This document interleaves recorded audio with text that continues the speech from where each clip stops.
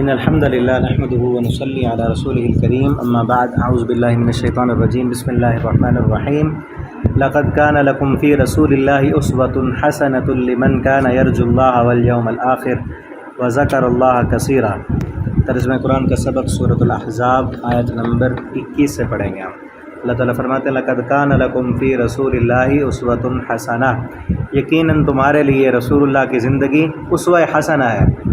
اسوہ حسنہ بہترین نمونہ، ٹھیک ہے۔ نبی کریم صلی اللہ علیہ وسلم کی زندگی تمام مسلمانوں کے لیے بہترین نمونہ ہے، اور اللہ تعالیٰ نے آپ کی زندگی کو ایسا بنایا ہے کہ ہر انسان چاہے وہ جس فیلڈ سے بھی تعلق رکھتا ہے اس کو آپ کی زندگی سے ضرور سبق ملتا ہے، اور خصوصاً وہ لوگ جن پر کوئی پریشانی آتی ہے، جو آج دکھی ہے اس نیت سے کہ بچپن میں اس کے والدین فوت ہو گئے، کوئی تربیت کرنے والا نہیں تھا، تو اللہ تعالیٰ نے نبی کریم صلی اللہ علیہ وسلم کے پیدا ہونے سے پہلے آپ کے والد کو فوت کر لیا، وہ اس پہ دکھی نہ ہو آپ کے والد بھی۔ اور جتنی زیادہ تربیت اچھی اللہ کے پیغمبر صلی اللہ علیہ وسلم کی ہوئی ہے کسی اور کی نہیں ہوئی، چاہے والد نہیں تھے، ٹھیک ہے نا۔ اور آج اگر کسی کے پاس بیٹے نہیں ہیں تو وہ بھی دیکھے، نبی صلی اللہ علیہ وسلم کے پاس بھی بیٹے نہیں تھے۔ آج اگر کسی کے اپنے اس کے دشمن ہیں تو وہ بھی نہ گھبرائے، رسول اللہ کی زندگی کو دیکھے، آپ کے اپنے اتنی دشمنی کی کہ آپ کو اپنے گھر، اپنے علاقے اور بستی سے نکلنے پر مجبور کر دیا، ٹھیک ہے نا۔ آپ آج اگر کسی کو اس کے اپنے ستا رہے ہیں تو وہ بھی رسول اللہ صلی اللہ علیہ وسلم کو دیکھے کہ آپ کے اپنوں نے اونٹ کی اوجریاں بھی ڈالیں، راستے میں کانٹے بھی بچھائے، طائف والوں نے پتھر بھی مارے، اور آپ کی بیٹیوں کو طلاق بھی دی شادی سے پہلے۔ آج کسی کو بیٹیوں کی وجہ سے تکلیف ہے نا، تو آپ صلی اللہ علیہ وسلم کی بیٹیوں کو شادی رخصتی نہیں ہوئی تھی، صرف نکاح ہوا تھا۔ آپ نے نبوت کا اعلان کیا، ابو لہب نے اپنے بیٹوں سے کہا، ان کے بیٹوں سے نکاح ہوا ہوتا، کہا کہ ان کو طلاق دے دو۔ اور آپ کی دوسری بیٹی حضرت زینب رضی اللہ تعالی عنہ، ان کا حمل ضائع کر دیا گیا، ان کو تکلیف پہنچائی۔ تو ہر شعبے میں، ہر حالت میں آپ صلی اللہ علیہ وسلم کی زندگی ہمارے لیے بہترین نمونہ ہے۔ خوشی کا موقع ہے تو آپ صلی اللہ علیہ وسلم کی بھی خوشیاں آئیں، آپ نے بھی شادیاں کیں، ٹھیک ہے۔ اور آپ کے دشمن بھی پھر وہی دشمن جو آپ کی بیٹی کو تکلیف دینے والے آئے ہوئے ہیں سامنے فتح مکہ کے موقع پر، ٹھیک ہے۔ آج اگر اللہ پھر صبر کے بعد، یہی صبر ہے نا، آپ نے صبر کیا، اللہ نے پھر اسی علاقے کا، اسی بستی کا جہاں سے آپ کو نکالا گیا تھا اس کا حکمران بنا دیا۔ آپ حکمران بن کے آئے، وہی مجرم سامنے تھے، آپ نے معاف کر دیا، لا تثریب علیکم اليوم، ٹھیک ہے۔ تو اس کے لیے آپ نے جو کتاب ہے نبی صلی اللہ علیہ وسلم کی سیرت پر آپ نے پڑھی ہوگی تو اس کو مزید پڑھتے رہیں، ٹھیک ہے۔ الرحیق المختوم، لمن کان، کس بندے کے لیے؟ لمن کان یرجو اللہ والیوم الآخر، جو بندہ امید رکھتا ہے اللہ کی، اللہ سے ملاقات کی، والیوم الآخر، اور آخرت کے دن کی، وذکر اللہ کثیرا، اور کثرت کے ساتھ اللہ کا ذکر کرتا ہے۔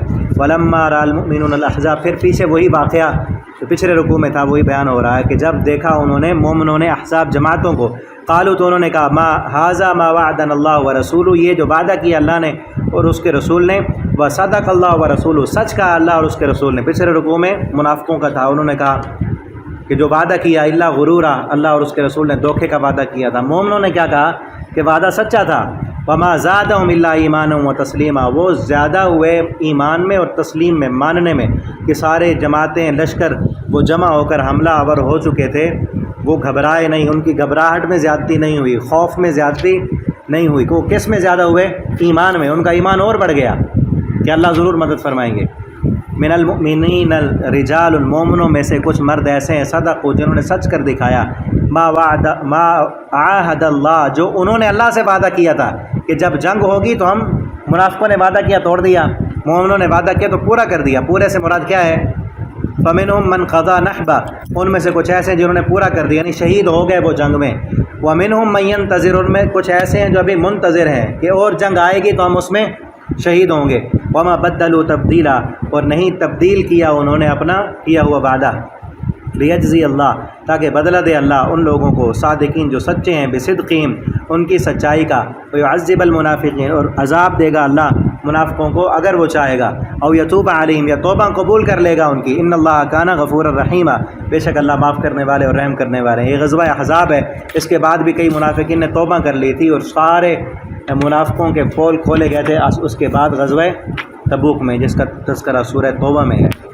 ورد اللہ الذین کفروا، اور لوٹا دے گا اللہ ان لوگوں کو جنہوں نے کفر کیا، بغیظہم، ان کے غیظ اور غضب میں، ان کے غصے میں، لم ینالوا خیرا، وہ نہیں پہنچیں گے کسی خیر کو، کہ جتنے بڑے جماعتیں مکہ کے مشرک یہودی اور عرب کے بدو قبائل سب مل کر آئے تھے، ان کے غصے میں ہی اللہ نے لوٹا دیا کہ آندھی بھیجی، ان کے خیمے اکھڑ گئے، دیگیں ان کی مٹی پڑ گئی ان میں، گھوڑے ان کے بھاگ گئے، اور سب جو ہے سامان وہیں چھوڑ کر بھاگ گئے۔ ان کا جو غصہ تھا کہ ہم اسلام کو مٹا دیں، کہ اللہ نے ان کا غصہ ان کے منہ پہ مار دیا۔ وَكَفَى اللَّهُ الْمُؤْمِنِينَ الْقِتَالَ، اور کافی اللہ مومنوں کے لیے لڑائی میں۔ وَكَانَ اللَّهُ قَوِيًّا عَزِيزًا، اور اللہ تعالیٰ قوی ہیں اور غالب ہیں۔